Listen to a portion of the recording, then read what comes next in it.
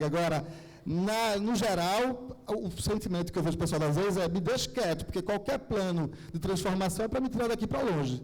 E, não é dúvida, é melhor deixar quieto. Aí, às vezes, tem tido esse papel.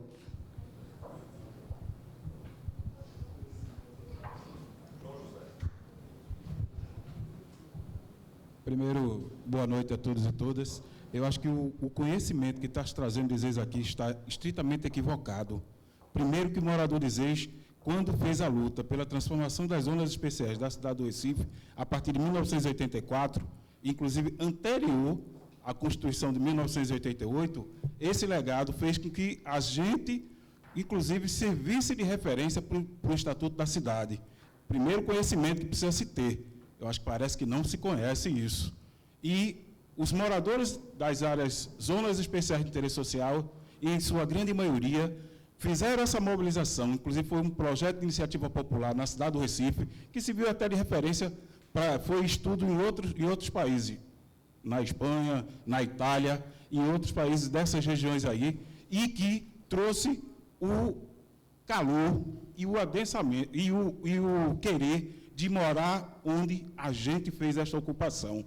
E é produto desse meio que é importante que a gente faça um resgate importante dessas histórias. Primeiro, lá atrás, no processo de escravização, os negros e negras que saíram das senzalas, expulsos das senzalas, elas foram para esses guetos. Hoje a academia chama de favela, chama de outros nomes como queiram. Mas para nós que moramos nesses espaços, chamamos de ocupações, porque ocupamos o que não estava sendo devidamente ocupado e não tinha interesse social nenhum. Quando se existiu esse interesse social, nós construímos essa cidade, e aí essas áreas pobres do Recife, a grande maioria, foram moradores que saíram do centro principal da cidade para ir morar nesses grandes centros, Casa Amarela, Jordão, Ibura, e esses espaços, mesmo não sendo, naquele período, potencializado pela especulação imobiliária, mas hoje, com essa construção, com esse processo de ocupação, e que foram cada vez mais, e aí nós temos uma parcela importante nessa cidade, de construção dela. E eu acho que é importante dizer que as zonas especiais de interesse social são espaços de potencialidade desses moradores e de inclusão deles dentro dessa cidade e que constrói essa cidade no seu cotidiano. É importante dar valor às zonas especiais de interesse social, não porque era simplesmente a gente não tinha, era simplesmente para estar por ali, mas dizer que esses moradores e essas moradoras, eles tiveram um papel crucial na construção dessa cidade, como foram os negros e negras neste país, que é a segunda população do mundo em população negra. Eu acho que a academia precisa registrar isso, que as populações que moram hoje nessas favelas, nesses guetos, nesses cortiços, são negros e negras que construíram essa cidade, construíram esse país, e hoje, cada vez mais, a especulação imobiliária, e aí o poder público tem que fazer valer o que o professor ali disse, que a Constituição, no seu artigo 3º, diz, de incluir e garantir esses moradores com todas as políticas públicas essenciais, seja ela no contexto de fazer habitabilidade. E a minha pergunta, professor Sandrone, naquela questão que o senhor disse, que falou, na questão de expropriação, a especulação imobiliária esperando pela expropriação, e onde fica o direito de preferência, o direito de preempção nesse processo todo? Eu acho que é esse o resgate que a gente quer construir essa cidade, e estamos construindo ela, e nós vamos debater, como debatemos no passado, o plano diretor dessa cidade, e vamos debater de novo e vamos construir ela. Direto. Bom, eu vou responder a pergunta do vereador. O que a gente vê, em 2002 eu estava me formando, eu não acompanhei, eu acompanhei pelo jornal. Agora, 2014, 2016, eu acompanhei de verdade toda a discussão de plano diretor e zoneamento que a gente aprovou, um na sequência do outro. É uma opinião pessoal, não é? Não é nada, não é uma coisa mais qualificada. É que o legislativo, ele é uma instância mais permeável a participação popular, a participação da sociedade civil, né, de todo mundo, do que o executivo. O executivo, às vezes, para o bem e para o mal, vem com uma ideia fixa, e a Câmara é o espaço das negociações. E aí, ter processo, ter método para isso, a gente tinha lá um relator do zoneamento muito disponível a se reunir com todo mundo, e uma pessoa que trabalhou muito nisso, mas nem sempre as decisões foram transparentes. Então, teve coisa que apareceu na madrugada da votação, apesar de todas, né, isso eu acho que é uma coisa que põe a perder, tanto que a gente está com alguns pedaços da lei sob liminar por conta disso, porque é coisa que apareceu na madrugada da votação, ninguém leu, né, ninguém teve conhecimento, nem gente. O próprio plano diretor, quando ele foi aprovado, eu sei que eu não sei, quem se interessa pode ter acompanhado como uma coisa super participativa e super habitação popular. Eu trabalho num projeto de ZEIS privada, que é um projeto enorme, de 5.000 unidades, de desenvolvimento privado de uma ZEIS, e estava mudando a regra das ZEIS. Imagina, um desenvolvedor imobiliário comprou um terreno para fazer uma ZEIS de um tipo e, de repente, muda o terreno. E a gente foi para uma reunião que tinha... Eu estava lá de consultora, tinha um arquiteto que estava desenvolvendo o projeto urbanístico, porque tem uma parte que é loteamento, o arquiteto que estava desenvolvendo o projeto de edificação, sei lá, uns engenheiros, tinha 18 pessoas na sala de reunião, a lei já tinha sido aprovada, ninguém sabia o quadro das proporções de qual era, quanto era, a gente tem lá, não sei se vocês têm aqui, HIS, habitação de interesse social, HMP, habitação de mercado popular, e a habitação R2V. Isso, sei lá, uma semana depois da aprovação do plano diretor. Eu tinha um quadro na mão e os outros tinham outro quadro na mão com proporções diferentes. A gente resolveu isso porque uma pessoa da mesa tinha o telefone pessoal de uma assessora do vereador Nabil Bondu, que foi o relator do plano diretor, e conseguiu com ele. Então, no site dele estava o certo, no site da Câmara estava o errado. Todo mundo pegou do site da Câmara, que é uma coisa que está errada, né? Não pode ser o site de um vereador, é uma lei que foi aprovada por todos os vereadores. Então, tem uma coisa que foi, depois de 2, 3 dias, o site da Câmara estava certo, da Prefeitura estava certo, todo mundo estava certo, mas mostra como o processo foi, de fato, muito menos transparente do que a propaganda diz que foi, né? E na hora do zoneamento isso aconteceu de novo, e eu acho que isso é uma coisa que só descredita um processo que é tão interessante do ponto de vista que eu vou mais como curiosa, bom, é meu trabalho também, mas é para aprender mesmo como as pessoas se atuam nessa hora. A outra coisa que me chamou muita atenção dessa vez, né, da vez passada, tem um textinho que é curto do professor Flávio Vilaça, que chama A Ilusão do Plano Diretor. Conta a história de 2002, que é também um balde de água fria sobre a nossa ilusão da participação popular, né? Ele é um pouco ranzinza, mas eu acho que a gente aprende dali. Agora, esse que eu vi? Eu vi, na hora do plano diretor, os movimentos sociais muito ativos, e, na hora do zoneamento, as associações de classe média muito ativas. E os movimentos sociais desapareceram, né? E isso é uma coisa que não é boa para o debate. E teve muita gente que foi... Sei lá, tem 1000 histórias que depois, se você quiser, a gente pode contar. Mas eu acho que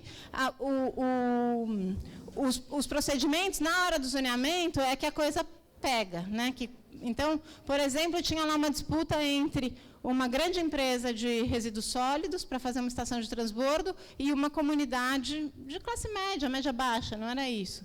Todo mundo, na primeira votação, foi solidário, porque, lógico, que você vê gente que mora num lugar há 30 anos e está ameaçado por uma estação de transbordo, todo mundo, todos os vereadores falando a favor dessa comunidade.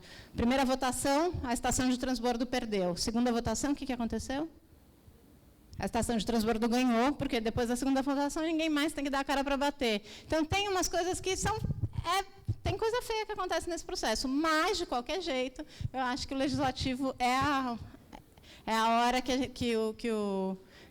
o planejamento está mais permeável à participação de um público mais amplo, mais leigo, enfim. É uma oportunidade que não pode ser desperdiçada, isso. Bom, eu gostaria de rever a minha perspectiva das ZEIS em Recife, Pero se as leis ajudaram a evitar a expulsão, a gentrificação, já estão valendo para mim, porque isso é fundamental.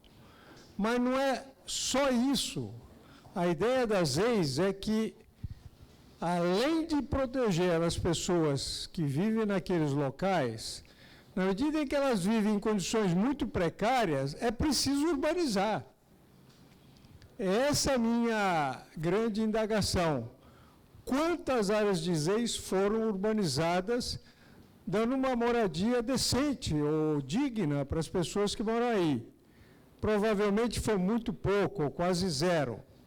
Mas isso não quer dizer que a primeira etapa, a primeira trincheira, defendeu o pessoal. Resta saber também se esse pessoal que vive em áreas de leis são proprietários ou não, são ocupantes. Esse é um outro problema também. Agora, existiram leis aqui marcadas em terrenos vazios, não ocupados?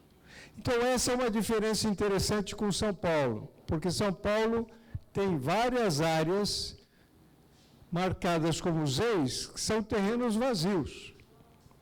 E aí, no caso, viu, companheiro, São Paulino, rapaz, você é um São Paulino, rapaz? Pô, pensei que você fosse corintiano, flamenguista, mas olha aí, por que não vale aí o direito de preferência? Porque esses proprietários não colocam o terreno à venda, eles ficam esperando que sejam expropriados.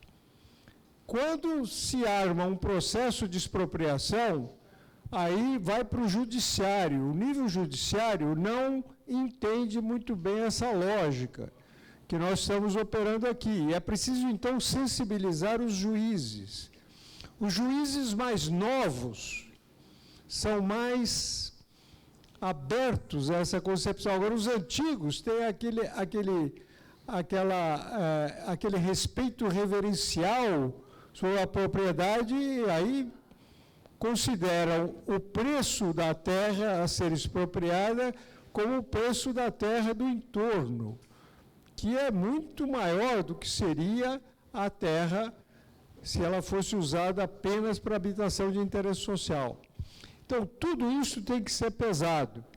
Agora, volto a dizer, mesmo que não tenha havido uma segunda etapa, que se espera que é a urbanização, mesmo assim, o fato de ser leis que impeça que as pessoas sejam tiradas dali contra a sua vontade, eu já acho que valeu a pena.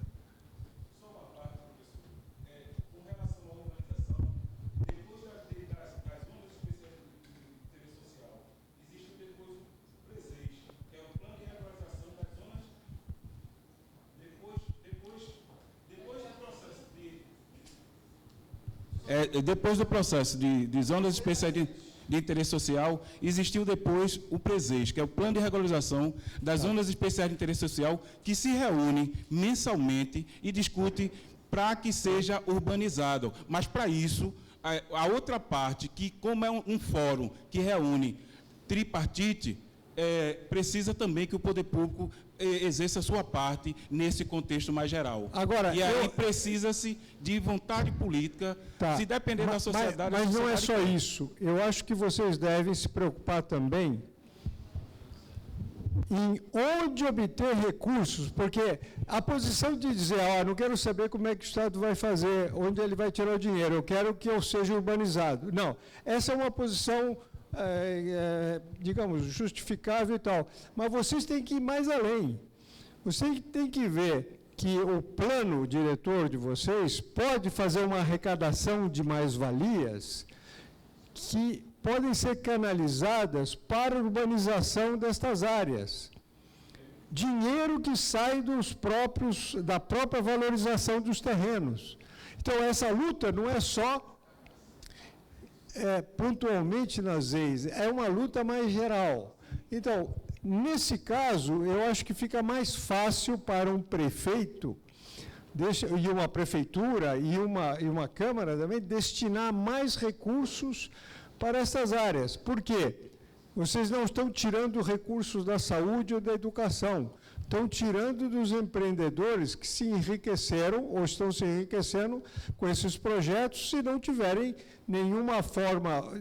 que dar nenhuma forma de compensação pelos projetos que estão desenvolvendo. Então, a luta é muito maior. E eu creio que vocês têm plena consciência disso e contribuirão com as forças sociais que vocês desencadeiam para fazer a aprovação de um plano de ordenamento territorial, um plano diretor, que tenha esses dispositivos, esses mecanismos, né?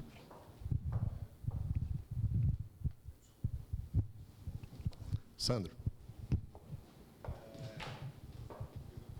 Fiz o roteiro aqui. Sandro Guedes, eu sou arquiteto, tenho um escritório de arquitetura que atua no mercado imobiliário e sou assessor técnico da ADEME Pernambuco. Algumas observações, né? É muito difícil, certo? O roteiro é lindo, certo? A gente concorda, entende com tudo, mas é muito difícil, principalmente porque os instrumentos, por exemplo, a outorga onerosa, apesar de ter o mesmo nome aqui em São Paulo, nos Estados Unidos, Paris, Itália, é o solo criado, a aplicação, a cobrança e o resultado disso para a sociedade pode ser colocado de várias maneiras diferentes, certo?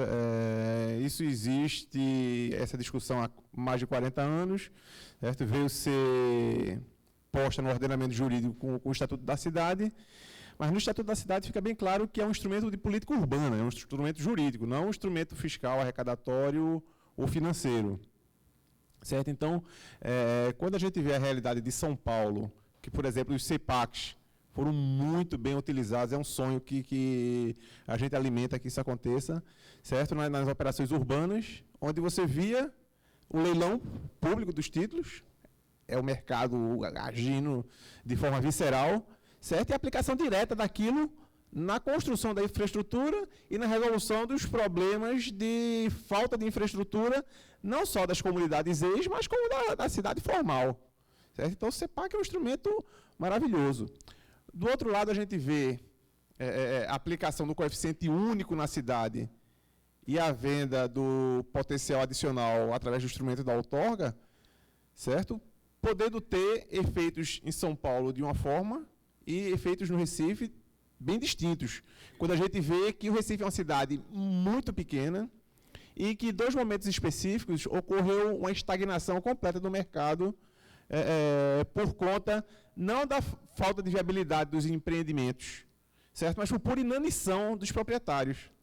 O proprietário disse, não, com esse potencial eu prefiro ficar, a cidade está toda construída, nas áreas que a população que compra o mercado imobiliário formal tem interesse, está toda construída, então não existe lotes vazios, lotes infraestruturados vazios, certo? Então, o proprietário, quando tem um coeficiente dele reduzido, é muito mais interessante para ele continuar com a casa dele lá do que fazer uma permuta com coeficiente de 1, tendo a parte correspondente dele de 15%. Então, ele simplesmente não faz.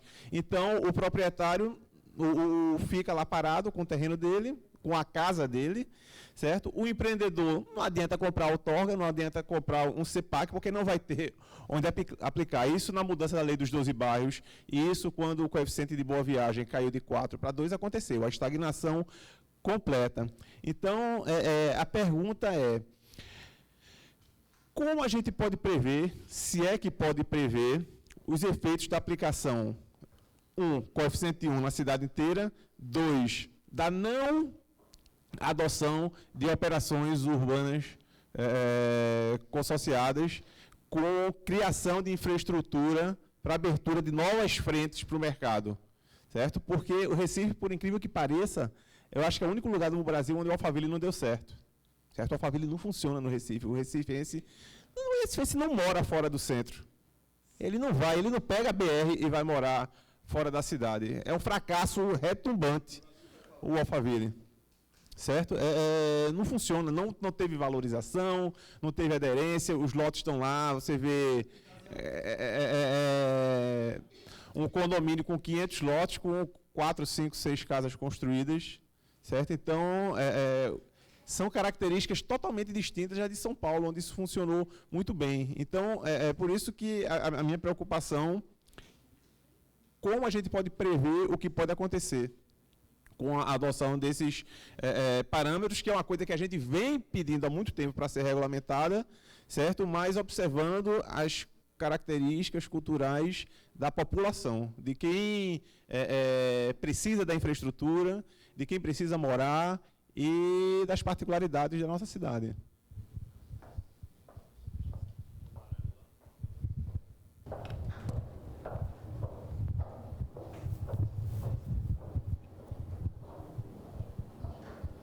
Boa noite.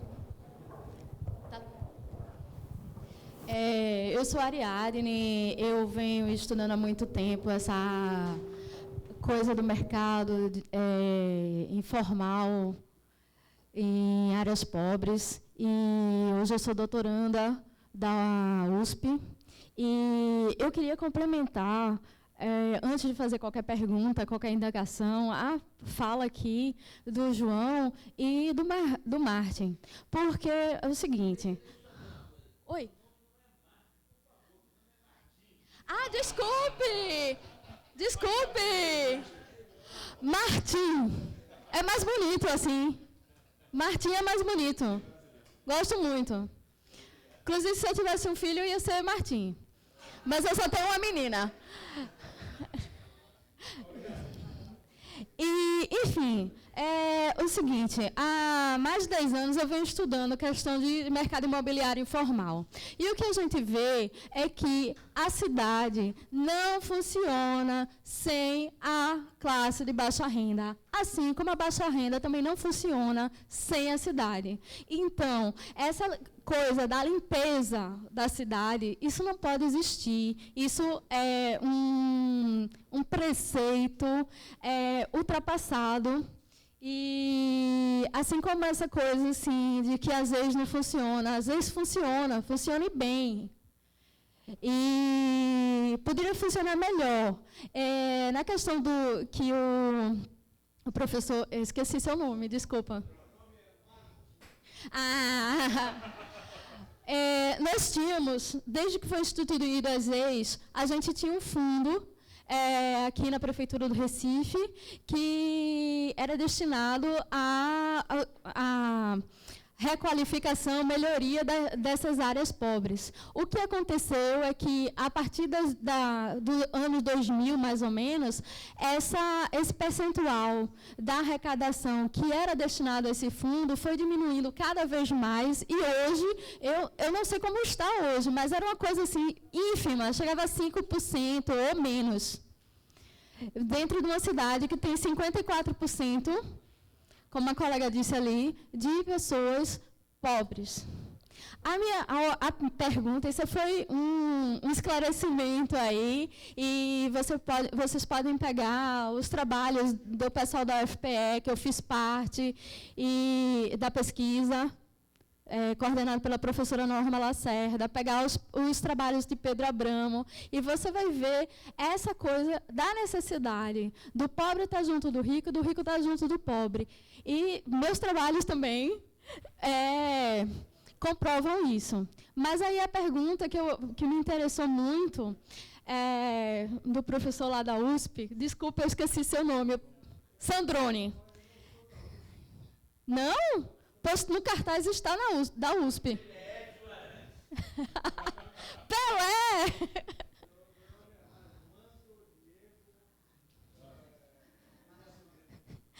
Sandrone. Não, agora eu não vou errar, não, que o colega aqui soprou. Sandrone, em questão das CEPACs, isso, né? Você falou, disse que teve um rendimento na hora do leilão de 100% da mais-valia. Aí, pronto, mas que seja. E aí, existe um valor da terra, existe a mais-valia. Na hora que existe um leilão, existe um livre mercado, tá, tudo bem, o cara pegou, ele arrendou, ele conseguiu pagar essa CEPAC com quase 100% da mais-valia. E aí, será que existe uma política assim, meio perversa no final? Porque se ele investe e aí fica tão alto o valor daquele terreno que ele não tem condições de vender o investimento que ele que ele comprou a terra. E aí eu me pergunto como é que ficou isso quando chegou quase a 100%. Veja que, assim, eu já falei aqui de mercado informal, estou falando de mercado formal. Por quê? Porque a cidade é um todo. Então, são coisas... A gente não pode se preocupar apenas com o mercado informal ou apenas com o mercado formal, ou dito formal ou dito informal. E isso aí foi uma coisa que me interessa bastante. E eu me pergunto também, que você falou uma coisa aqui, que fala da questão da inércia do dono do terreno, da gleba, assim como é Paraisópolis, que o dono é privado, certo? Ariel, Oi? Pedir para tentar fechar pelo horário. Beleza, eu vou fechar, rapidinho. Onde o dono é privado, e o que aconteceu quando foi construído os conjuntos, foi desapropriada a terra, né, desafetada, e o Estado ficou com essa terra. Só que tem o quê? 40, assim, foi da época da construção do Estado do Morumbi, aquele assentamento. E existem outros instrumentos que podem dar propriedade. E por que não isso? É bem polêmico isso, é bem polêmico. Fechei. Obrigado, Ariadne. Eu tinha esquecido de avisar, eu sei que são muitas perguntas, mas pelo adiantado da hora, Pedro é nosso último inscrito. Tá bom? Obrigado. Boa noite. Eu sou Pedro Guedes, sou arquiteto, trabalho mais em planejamento urbano hoje. Me chamou muita atenção os mapas que Camila mostrou da arrecadação e destinamento do dinheiro da outorga. Eu já tinha visto aqueles mapas antes, numa matéria do Observa São Paulo, e não ficou muito claro naquele material. Eu gostaria, até aproveitando a presença de economistas de economia urbana, presença rara no Recife, qual é a avaliação de vocês do fato, aquilo pelo que eu lembro do mapa, é um mapa do Fundurb, né, de São Paulo, que é o dinheiro da outorga, ele vai para um fundo de desenvolvimento urbano, e existe no plano diretor novo uma destinação, uma rubrica em parte daquele dinheiro. Então, 30% do dinheiro tem que ir para desenvolvimento de habitação de interesse social, 30% para desenvolvimento de infraestrutura de mobilidade urbana, e tem umas destinações, assim. Eu queria saber qual é a opinião de vocês sobre a destinação, esse mecanismo, esse caminho que o dinheiro faz, que ele sai da outorga, imputando um valor maior de investimento para o empreendedor imobiliário, caminha para um fundo da prefeitura e vai para investimento em infraestrutura urbana depois. Eu acho que uma análise desse caminho do dinheiro é interessante aqui no Recife, porque a gente não tem essa figura aqui. O nosso dinheiro vem carimbado do orçamento municipal do ano anterior, e esse investimento é o que vai ser feito no ano seguinte. Não existe um caminho pensado socialmente das taxas colocadas, muito menos uma leitura de para onde vão o dinheiro dos impostos, que eu acho também já é um problema mais normal, assim. Eu queria falar disso, e também, só complementando a pergunta do mapa, especificamente, eu me interesso muito em mapas, e eu queria saber como é que foi feito esse mapa, pelo que tu entende, porque muitos dos investimentos feitos pelo Fundurb não são territoriais. Eles não são investimentos territorializados, assim. Tem muita coisa que é espalhada pela cidade. Como é que você delimita isso na cidade e observa se está sendo justo ou não a distribuição dessa grana? Eu vou começar pela tua pergunta e depois eu vou comentar a sua. Você já está falando que aqui vai estagnar sem a gente nem discutir como vai ser a outorga aqui. Olha que é um super preconceito. Eu posso... Peraí, minha vez agora. A gente pode introduzir a outorga e não cobrar nada. Né? Eu mostrei uma regra de transição. O que a gente está falando aqui, a gente, enfim, teve mais tempo à tarde, né? Agora foi meio corridão, mas é que tem uma situação de base que é uma situação de que o zoneamento provoca uma injustiça. Né? Uma injustiça e uma disfunção do funcionamento do mercado solo urbano, que é ruim para todo mundo, não é ruim para o mercado imobiliário. Eu não estou falando de restringir a atividade imobiliária. Pode ser que a solução de Recife seja aumentar os coeficientes, todos. Né? Pode ser que seja introduzir um coeficiente de aproveitamento básico 5 e cobrar a outorga de 5 a 10. Eu estou falando por absurdo. Tá? Mas pode ser muitas coisas. A introdução da outorga não significa estagnação de mercado imobiliário. Não importa se essa cidade é grande, pequena, se tem terreno. Duvido que não tenha terreno na cidade. Desde que eu me formei, faz 20 anos, São Paulo não tem terreno. Mas eu continuo trabalhando com desenvolvimento imobiliário, não morri de fome até hoje. Então, alguma coisa acontece na cidade. Lógico, não existe mais o terreno pronto, acabado, de 5 mil metros quadrados. Não, esse é mais difícil de achar mesmo. É, descontaminado, sem problema ambiental. Não, não tem. Mas você está bem magrinha. Estou comendo pouco, economizando na comida. Então, eu acho que tem um longo caminho de discussão e a gente, esse tipo de desculpas, com todo cuidado, sem querer ferir nenhum ânimo, mas é um preconceito de falar que vai estagnar porque a cidade é pequena, a priori, sendo que a gente nem começou a discutir quais são os parâmetros, qual que é o conteúdo desse instrumento. Então, mas agora tem uma...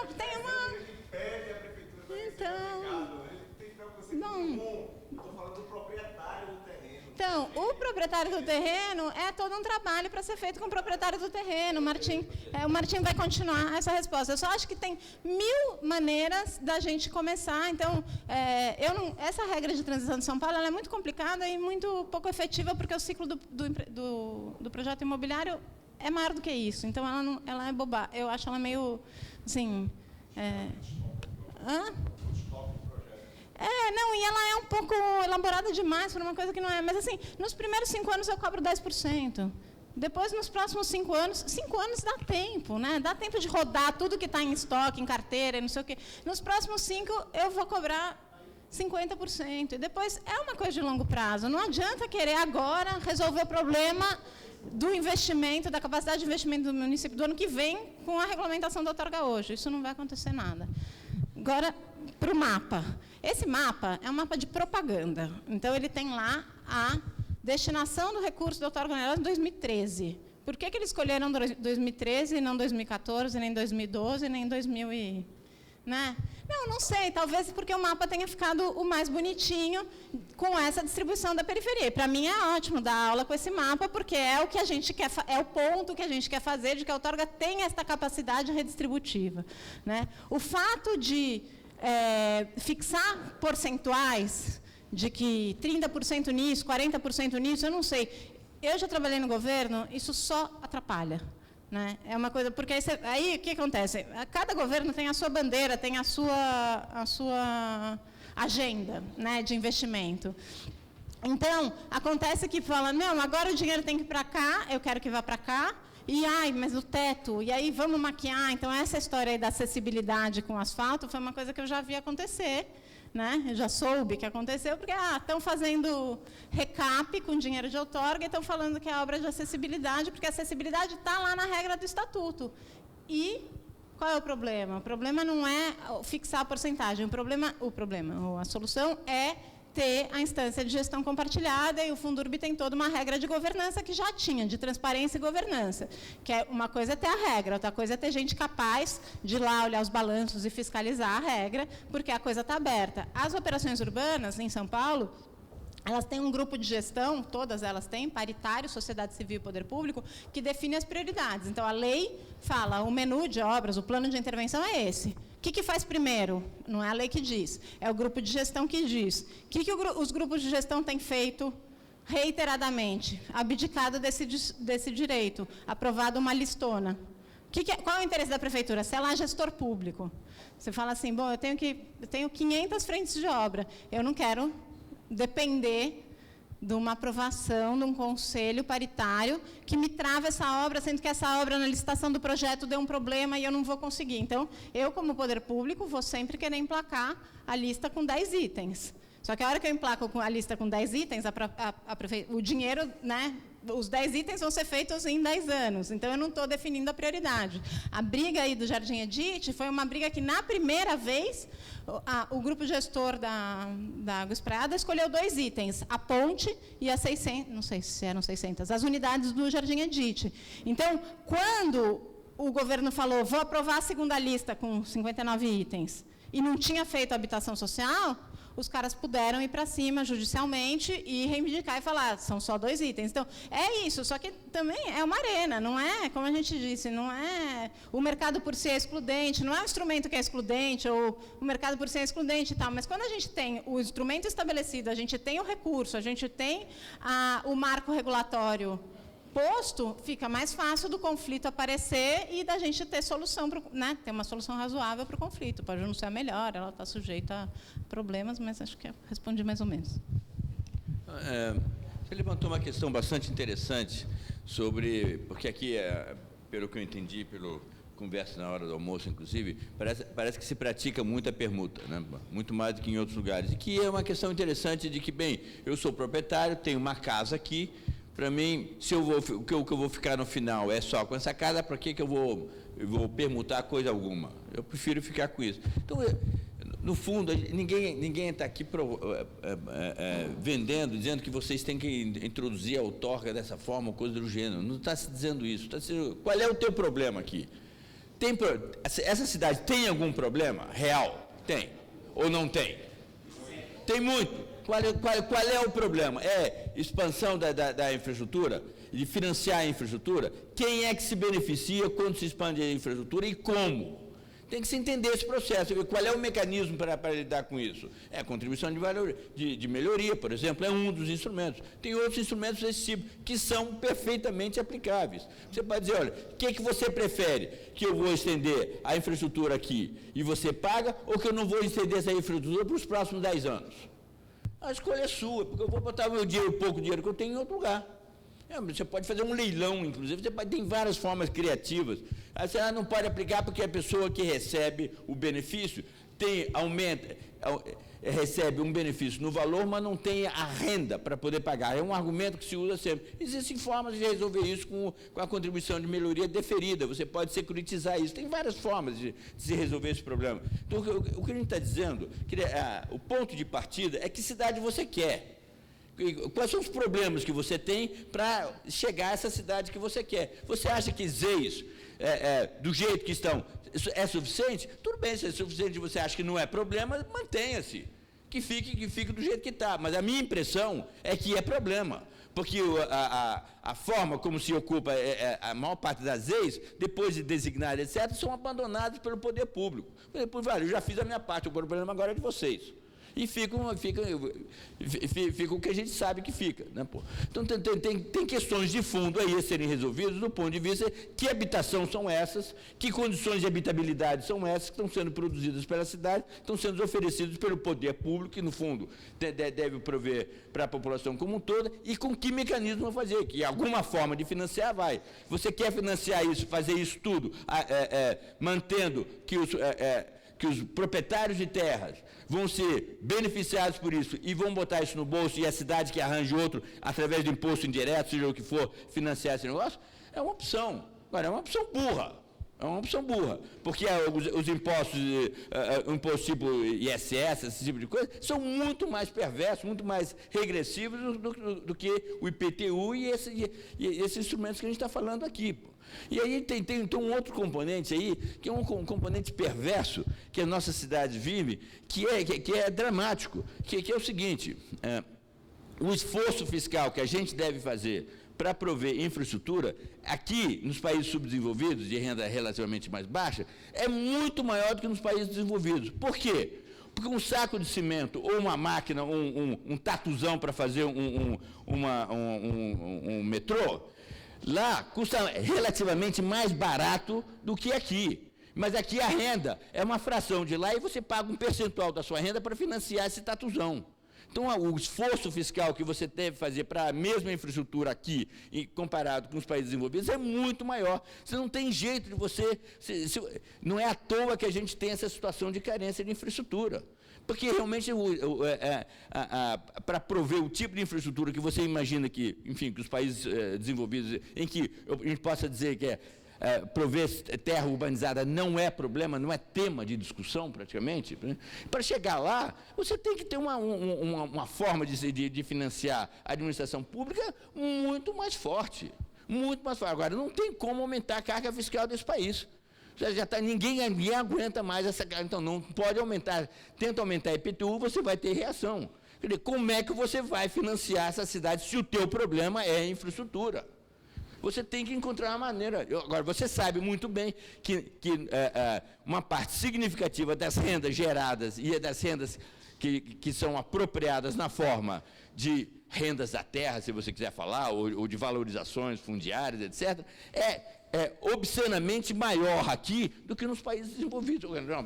Tem alguma coisa que te sugere, espera aí, se eu não tenho como aumentar a IPTU, pelo menos eu vou... Isso aí é uma fonte de renda que eu tenho que usar, não tem outra forma. Eu vou usar o quê aí? Vou usar que outro mecanismo vou usar para financiar a cidade? É uma situação de desespero, quase que você diz, não tem como você não ter, inclusive, o endosso de instituições como a ADEME, etc., que supostamente são interessadas em produzir imóveis em áreas minimamente urbanizadas, que vocês têm que dar uma solução para a cidade também, como é que a cidade vai se financiar. Cara, e a única forma, se não for por isso, vai ser ISS, ou vai ser por transferências que não vêm, obviamente isso está no limite, não vai ser pelo IPTU também, então vai ser por quê? Como? Pode usar um sistema de, vamos privatizar todos os serviços, aí a gente sabe também qual é a consequência. A gente sabe muito bem qual é a consequência disso, que é muito pior ainda do ponto de vista da exclusão social. Então, quer dizer, vamos ser claros do que a gente tem na mesa aí. Qual é o problema? Existe um problema? Qual é o problema? E como é que a gente enfrenta esse problema? E se o problema é infraestrutura, a gente, financiamento, se vai fazer isso através de outorga, a outorga não funciona porque aqui é tudo na forma de permuta. Bem, mantenha a outorga, mas põe uma cargazinha um pouquinho maior para quem está segurando, está sentando em cima da propriedade, esperando alguma coisa. Existe o imposto progressivo, não tem finalidades arrecadatórias, tem finalidades puramente de indução. Então, tem que começar a usar, ver qual é o teu coquetel de instrumentos que você vai usar para resolver o teu problema nas multifacetas que ele tem, que eu reconheço, foi uma questão interessante que você levantou, que realmente pode ter esse tipo de impacto. Agora, não vai ser, quando você começa a intervir, isso também vai mudar esse comportamento. Então, tem que considerar que existem reflexos de reflexos, enfim, como chama, é um jogo de especular, em outras palavras, que eu tenho que considerar como é que você vai reagir ao que eu vou fazer e eu vou ter que já prever a tua reação naquilo que eu estou fazendo. Né? Enfim, tá certo?